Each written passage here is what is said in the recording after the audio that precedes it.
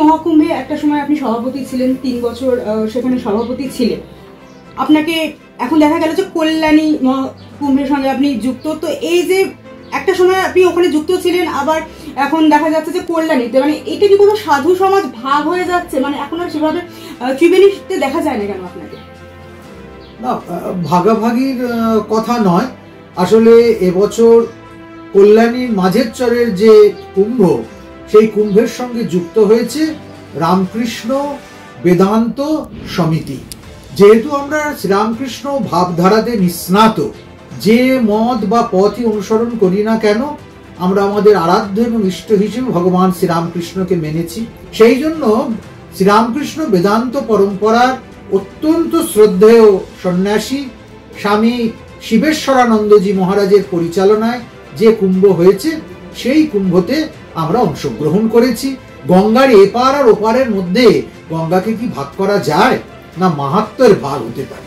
মমতা বন্দ্যোপাধ্যায়ের বিভিন্ন মন্তব্যের আপনাকে সমালোচনা করতে দেখা গেছে, আবার বিগত দিনে অমিত শাহ, শুভেন্দু অধিকারী সভাতেও দেখা গেছে। কিন্তু গঙ্গাসাগর যে হলো এবার রাজ্যে, সেটা নিয়ে আবার মমতা বন্দ্যোপাধ্যায়ের ব্যবস্থাপনা নিয়ে ভূয়সী প্রশংসা করেছেন, এটা কেন? আসলে আমরা তো ধর্মের সেবক, ভগবান শিবের বিনা পয়সার চাকর। আমরা কোনো রাজনীতির ধামাধরা, রাজনীতির পতাকা ধরা প্রচারক নই। এটা যদি কেউ ভাবে যে গেরুয়া পরে আছি বলে আমরা নির্দিষ্ট কোনো রাজনৈতিক দল করছি বা তার কথা বলছি, এটা সম্পূর্ণ ভুল ধারণা। যে ভুল করবে, যে অন্যায় করবে, যে ধর্মের হানি পৌঁছবে, আমরা তার বিরুদ্ধেই কথা বলবো, সে যিনি হোক না কেন। যেখানে আমার মনে হয়েছে যে মমতার দ্বারা নকুলেশ্বর শিবের অপমান হয়েছে, ওরকম করে দাঁড়িয়ে ছুঁড়ে মালা দিয়ে ওরকম অদ্ভুত প্রক্রিয়ায় জল দিয়ে শিব পূজা হতে পারে না, সেখানে আমি মাননীয় সমালোচনা করেছি।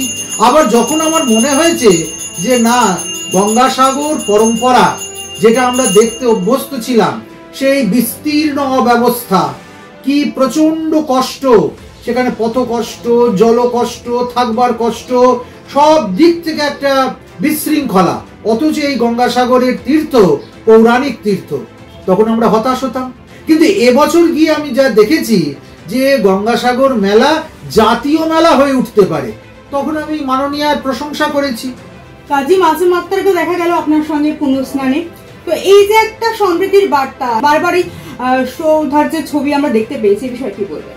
পদ্মশ্রী মাসুম আক্তার একজন উন্নত মনা, খোলা মনের মুসলমান।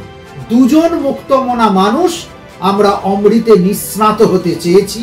সেখানে হিন্দু, মুসলমান, বৌদ্ধ, খ্রিস্টান, পার্সি, এই সমস্ত ভেদাভেদগুলো গৌণ। তবে হ্যাঁ, এটি নিশ্চয়ই সনাতন ধর্মের একটা মহত্তম পর্ব। সেখানে ইসলামের একজন এসে যে এইভাবে হাতে হাত দিয়ে ডুব দিয়েছে, শুধু ডুব দিয়েছে তাই নয়, তার জন্য তার কমিউনিটি থেকে, ইসলামের পক্ষ থেকে তাকে মর্দাত ঘোষণা করা হয়েছে, অর্থাৎ একে মারা যায়, একে মারা উচিত, তার জীবনের উপর হুমকি এসেছে। তথাপি তিনি দমে যাননি। আমরা চাই সারা পৃথিবীব্যাপী এরকম মুক্ত মনা, সংস্কারবিহীন মানুষের পাশে দাঁড়ানোর মতো মানুষ যেন বাড়ে। সেদিনের স্নান এই মৃত্যু পেরিয়ে যাওয়া অমৃত স্নানকেই দতিত করেছে।